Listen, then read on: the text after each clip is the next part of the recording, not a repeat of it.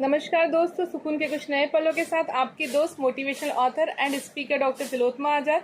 आज के सेशन में हम चर्चा करने जा रहे हैं कि जीवन में कभी कभी कुछ मित्र, परिवारजन, रिश्तेदार, पड़ोसी, ऑफिस में हमें कटु वचन कह देते हैं और ये वचन हमें हमेशा तीर की तरह चुभते हैं, जलन देते हैं और हम इन शब्दों को सुनकर दिन भर परेशान भी रहते हैं।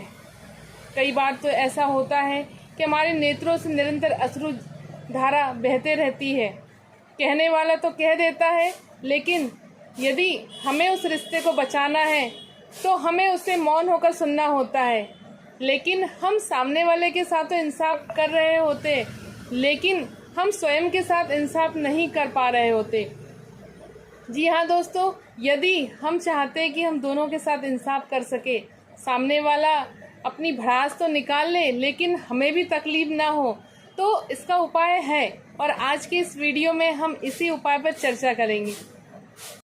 चलिए एक छोटी सी घटना के माध्यम से समझते हैं। यह घटना मेरे स्वयं के जीवन से घटित घटना है और इस चुभन, इस जलन और इस परेशानी से किस प्रकार मैं बाहर आई वो आपको मैं बताती हूँ। एक बार की बात है कि मेरी एक बहुत ही क्लोज मित्र, उसे मैंने एक नॉर्मल सा मैसेज भेजा। मैसेज में ऐसा कुछ भी नहीं लिखा था जिससे कि वह परेशान हो जाए। जब उसने मैसेज पढ़ा तो उसका शायद उसने गलत अर्थ निकाल लिया और जब गलत अर्थ निकाला तो वह गुस्से से लाल हो गई, गुस्से से आग बबूला हो गई और उसने मुझे कॉल किया। कॉल करने के बाद उसने सारी भड़ास, सारा गुस्सा मुझ पर निकाल दिया। चूँकि मेरी बहुत क्लोज फ्रेंड थी और मुझे अपने रिश्ते को बचाए रखना था, इसलिए मैं मौन होकर सारी बातें सुनते रही। हालांकि मेरी कोई भी गलती नहीं थी, उसे समझने में गलती हो गई थी, लेकिन मैं सारी बातें सुनते रही।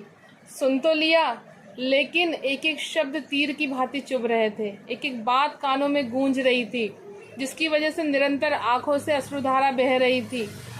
ऐसा लग रहा था जैसे कि प्राण निकल रहे हो।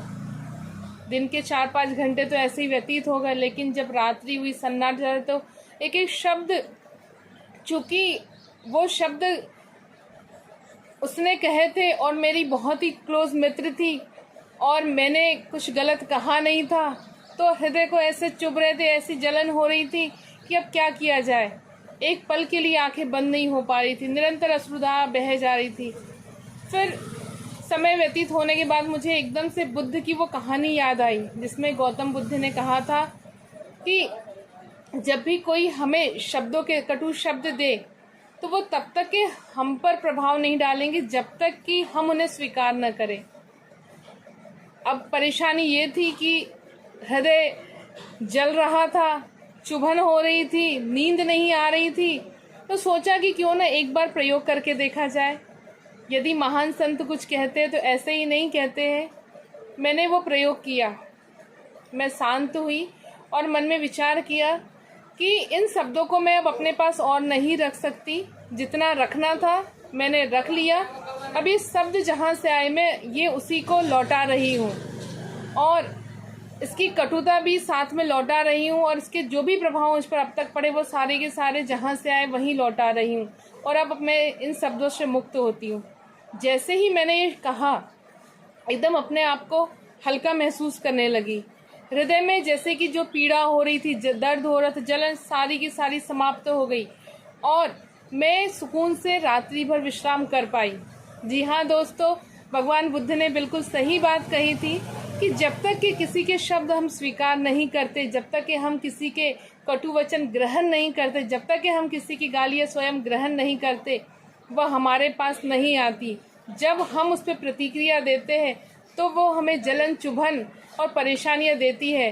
तो ठीक है, जब भी हमारे साथ ऐसा हो तो एकांत में बैठकर यही कहिए कि जहाँ से आई है मैं उसे वापस लौटाता हूँ, जिसने ये कटु शब्द कहे मैं उसी को वापस लौटाता हूँ, मैं इसे ग्रहण नहीं कर रही हूँ। तो आप ही देखेंगे कि आपके जीवन में चमत्कार हो जाएगा और जब ये समस्या आपके जीवन से दूर हो जाएगी तो आपके जीवन का हर एक पल सुकून और आनंद से परिपूर्ण हो जाएगा।